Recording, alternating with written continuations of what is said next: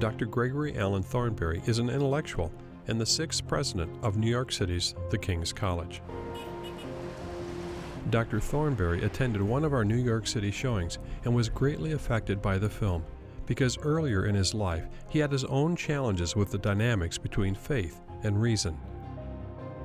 People such as Richard Dawkins and Christopher Hitchens basically say that faith is a great compound, that people of faith don't think. They're not really intellectuals, they're just following emotion and feeling, and that's why we should discount these ancient stories, because there's no evidence for that. Is the idea of faith a blind faith, or is there an intellectual endeavor to it?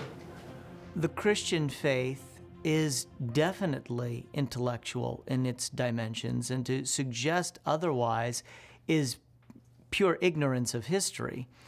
If you go back through the ages and you look at geniuses like Pascal or Leibniz, who were fundamental figures in the development of the calculus, for example, progenitors of modern science like Francis Bacon, and the inductive method of scientific inquiry upon which people like Richard Dawkins and people of his ilk stake their claim. These people were all Christians. Modern science arose in the Christian West because there was this relentless pursuit of the truth, this willingness to say we're going to go wherever the evidence leads. And you can look at the legatees of the Christian intellectual tradition. You'll find some of the greatest philosophies in the history of Western philosophers in the history of Western civilization, including some of the leading scientists in the history of Western civilization. They were driven by the fact that they felt as though God created the world in a rational fashion. So we should be able to figure out how it is put together. That's how modern science arose from a previous era of superstition. And so everywhere that I look, I see people of faith striving to understand their faith better, not to hide behind a prayer, but to sink their roots deeper, to understand the intellectual dimension of the faith.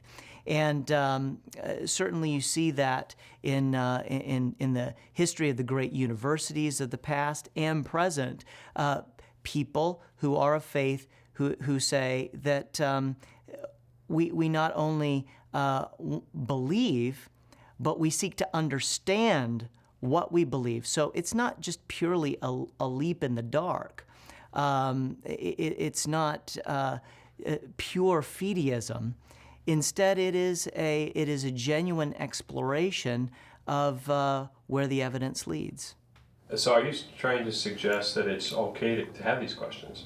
There are some Christians that might think that, oh no, we can't question anything.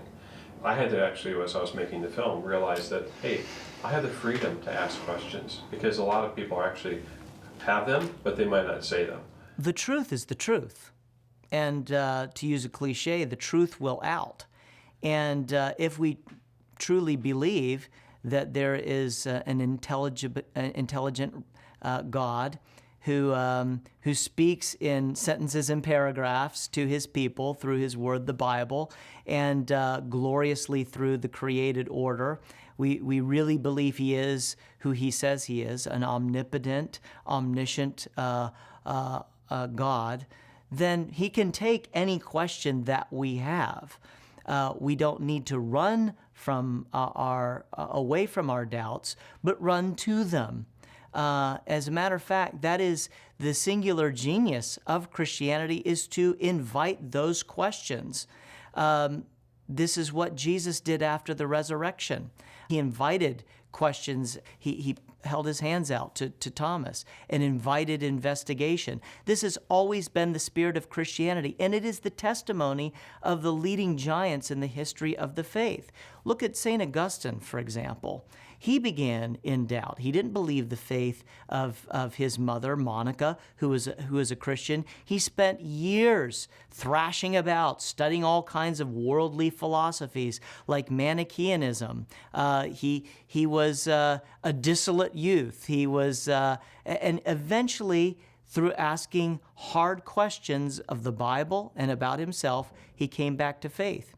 Another preeminent example of this is C.S. Lewis, who came to Oxford University talking to people like J.R.R. Tolkien as an atheist, as a skeptic. And it was through his questions about, well, don't all these mythologies all just sound like the Bible? There's evidence in the ancient Greco-Roman world of stories of gods dying and rising again. Isn't Christianity just another one of those? And what was Tolkien's response? Tolkien's response to Lewis was, exactly, they're all pointing towards an uber myth, a myth that ties them all together. And in the case of Christianity, what if it's the myth that actually came true?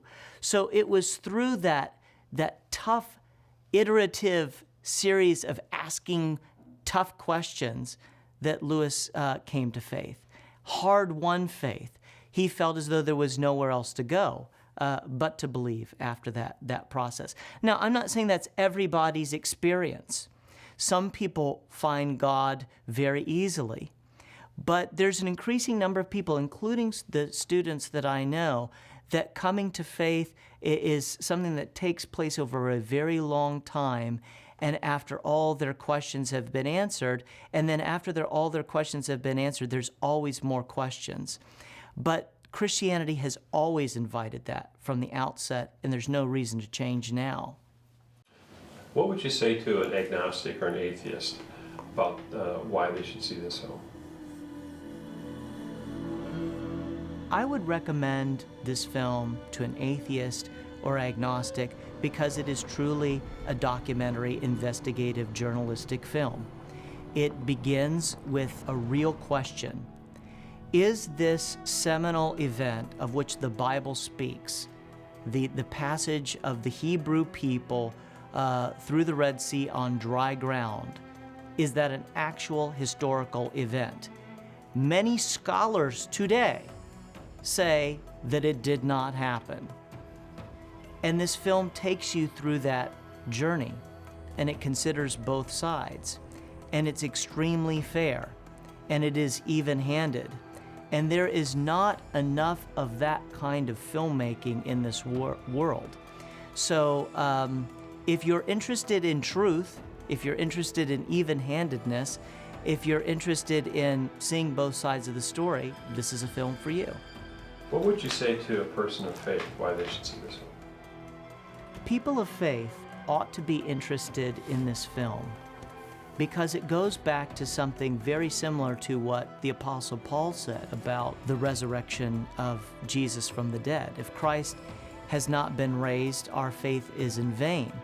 But if you go back to everything the Apostle Paul said, or everything that Jesus said, or the things that the prophets said, and you keep leading back, the foundation of all of this is whether or not the Exodus really happened. Was it a historical event? If it did not happen, your faith really is in jeopardy, because then it just becomes another element in ancient mythology. But if it actually happened, it's a domino effect.